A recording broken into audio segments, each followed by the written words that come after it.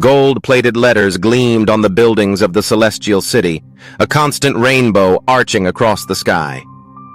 Celestial beings walked purposefully from one building to the next. At the center of it all stood the Bureau of Souls, an imposing structure that resembled a courthouse. Inside, an angel named Israel had an appointment with the director. "You wanted to see me, sir?" "Yes, I did," the director replied. "First, I'd like to congratulate you on the outstanding assignment you completed in the Alpha Centauri system." "Thank you." "Israel, we're getting involved with a mortal, Eva Tejas. She's a brilliant woman, given up for adoption as an infant by her teenage parents. She was quickly adopted into a loving family who gave her the guidance she needed.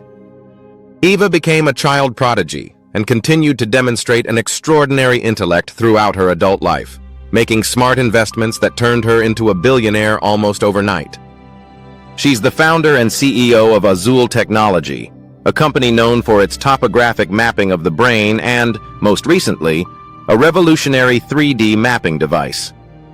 She's about to have a seizure, and you will have 24 hours to make your case and determine if she stays on Earth until another review, or if she moves on to the next phase. "Yes, sir, I'll get right on it." "Israel," the director called out. "Yes?" "She's going to be a tough one." At the gleaming glass headquarters of Azul Medical Technology Corporation, paramedics worked feverishly on Eva in the lobby. Outside, the city hummed with life. A food delivery cyclist swerved to avoid the ambulance. A harried businessperson, earbuds in, glanced at the commotion before hurrying away. The scent of freshly brewed coffee from a nearby cafe mingled with the sharp metallic tang of the medical equipment. "Ava, stay with me," a paramedic urged. "We're giving you an IV of diazepam to stop your seizure."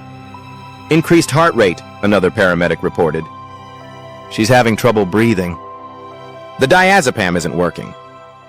"We need to transport now." "Roger that," came the reply. "We have a 30-year-old Hispanic woman with seizures, increased heart rate, and abnormal breathing," a paramedic radioed to the hospital. "We're 15 minutes away, copy?" "Roger that.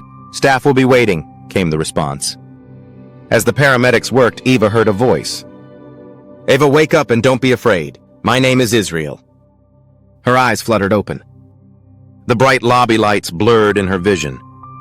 She heard the ambulance siren distantly, the muffled chatter of people. "What's happening? Who are you?" "Eva, I've been assigned to you," Israel said calmly. "I'm here to review your life and see if you will move on to the next phase or if you continue your existence on Earth. We have 24 hours together." "Do you remember what time dilation is?" "Yes," she murmured. "Time and motion slow to a crawl or stop." "Excellent. I know you have thousands of questions." Suddenly, the chaos vanished. The paramedics froze in place mid-motion, their faces locked in urgency. The siren was gone. Even the dust motes hung motionless in the air. Ava sat up, no longer racked with convulsions. A deep peace settled over her. Israel stood before her, modern clothes, white shirt, dark trousers, kind eyes that seemed older than time. In his hand was a pearlescent tablet. "You're not dead," he assured her. "You're in temporal stasis. We've paused this moment so we can talk. This is the last moment of your life on Earth, unless you decide otherwise." He tapped the tablet and a 3D model of her brain appeared, alive with shifting colors. "This is you, your memories, thoughts, dreams. This is impossible," Eva said. "Oh, it's very real. But it's only a map. The territory is your soul." She scoffed. "My soul? I'm a scientist. Consciousness comes from the brain. There's no evidence for an afterlife. Consciousness is the echo of the soul," Israel said gently. "The brain is the receiver, not the signal." He touched the model, revealing memories. Her childhood, her adoptive parents, her early genius. Then he showed her something she had never seen, a tear-streaked teenage girl placing a baby on a doorstep and running away. "That's not my life," Eva whispered. "It's where your life began," Israel said softly. "A choice made for you. You've been proving your worth ever since.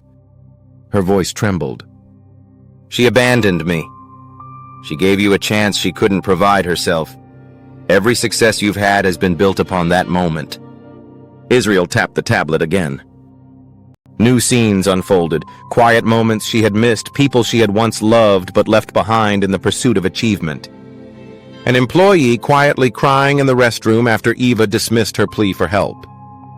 A younger cousin whose college tuition she could have paid with one click but didn't because she was teaching responsibility.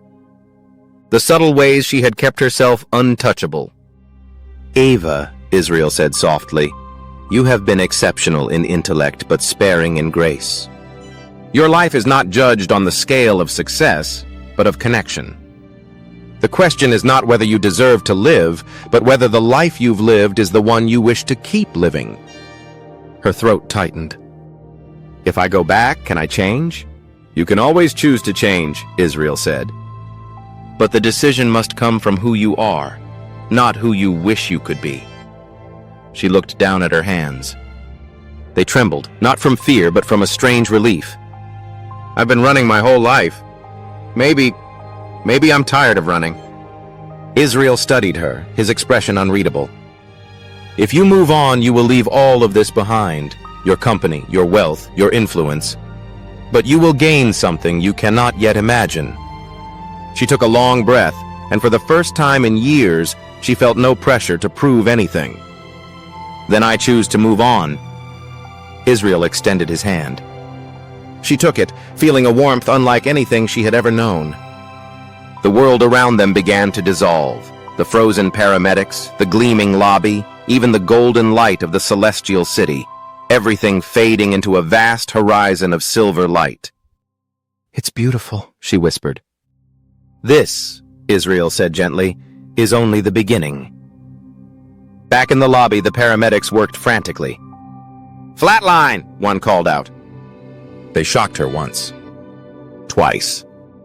Time of death, 8:46 a.m. The city outside kept moving, unaware that a woman who had once mapped the human mind had just stepped into a place no mind could measure. Somewhere in the Bureau of Souls, Israel closed his tablet.